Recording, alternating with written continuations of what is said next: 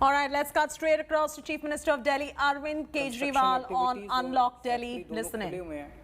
लेकिन कोरोना की स्थिति अभी कंट्रोल में है।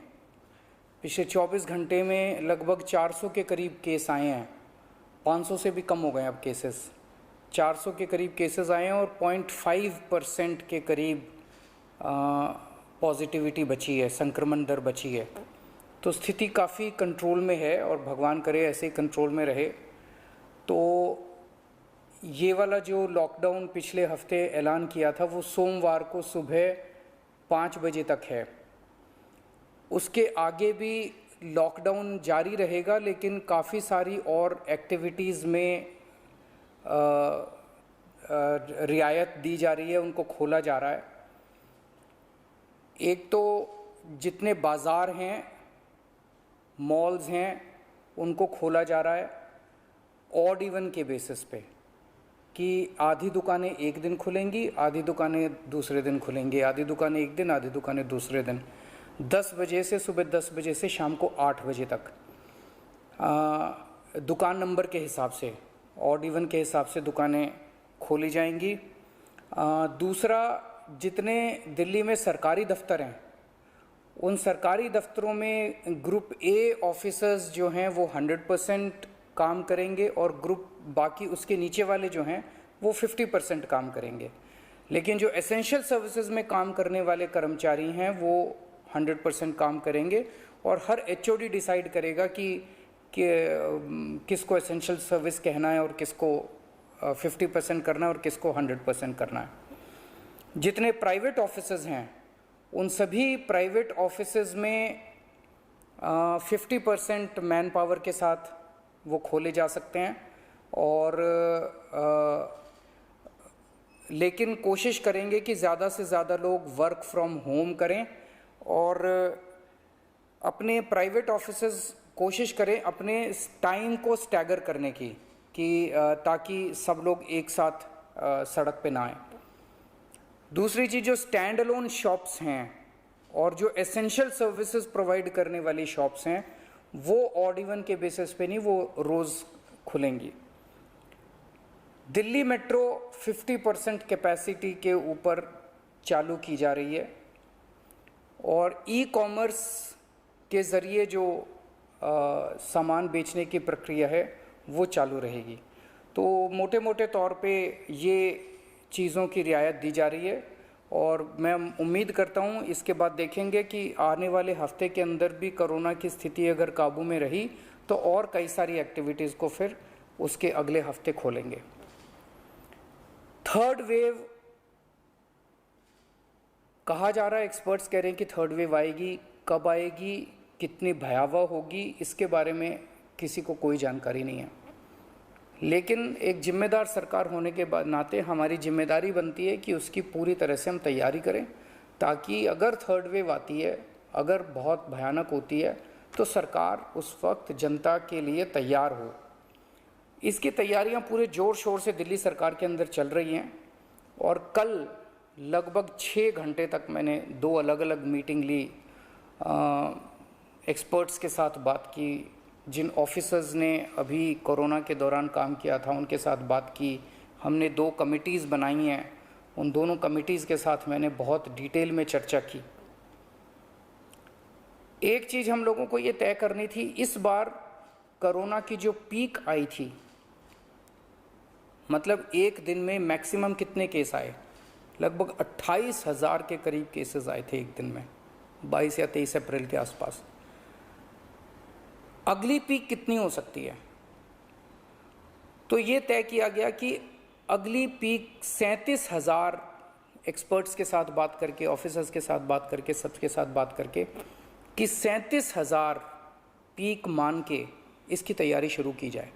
इसका मतलब ये नहीं है कि अगर इससे ज़्यादा की पीक आएगी तो हम तैयार नहीं हैं, हम उसके लिए भी तैयार हैं। लेकिन एक तरह से 37,000 के बेस के ऊपर अगर हम तैयार हो गए तो फिर अगर उससे भी कहीं ज़्यादा पीक आती है तो उसकी भी तैयारी हम लोग, उसकी भी, अगर 37,000 की तैयारी हमारी है तो फिर मान लीजिए और ज़्यादा आती है तो उसकी तैयारी तो होगी उसके लिए हम ज़्यादा तैयार हो पाएंगे।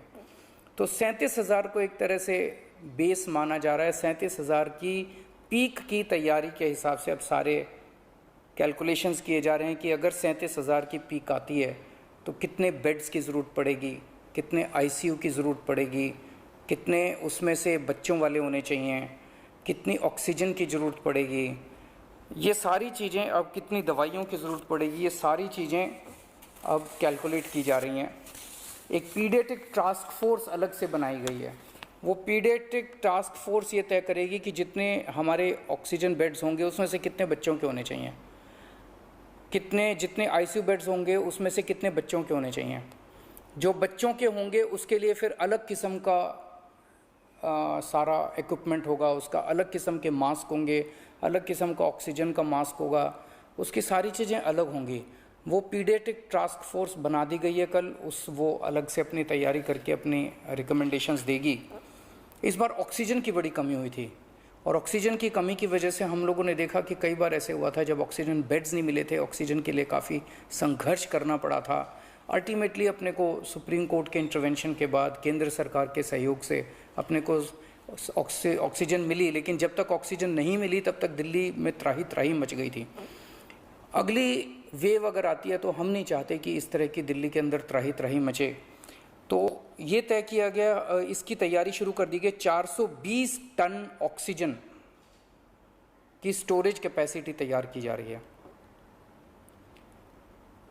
इंद्रप्रस्थ गैस लिमिटेड से बात की गई है और उन्हें 150 टन ऑक्सीजन प्रोडक्शन का प्लांट, 420 टन ऑक्सीजन तो स्टोरेज कैपेसिटी क्रिएट की जा रही है और 150 टन ऑक्सीजन प्रोडक्शन करने के लिए उनको प्लांट लगाने के लिए कहा गया है। उन्होंने कहा 18 महीने लगेंगे, लेकिन जो भी है शुरुआत कहीं ना कहीं तो अपने को करनी पड़ेगी। इसके अलावा इस बार सबसे बड़ी दिक्कत आई थी टैंकरों की। ऑक्सीजन के टैंकर नहीं थे दिल्ली में, दिल्ली इंडस्ट्रियल स्टेट नहीं है, इसीलिए अपने पास ऑक्सीजन टैंकर है ही नहीं दिल्ली में।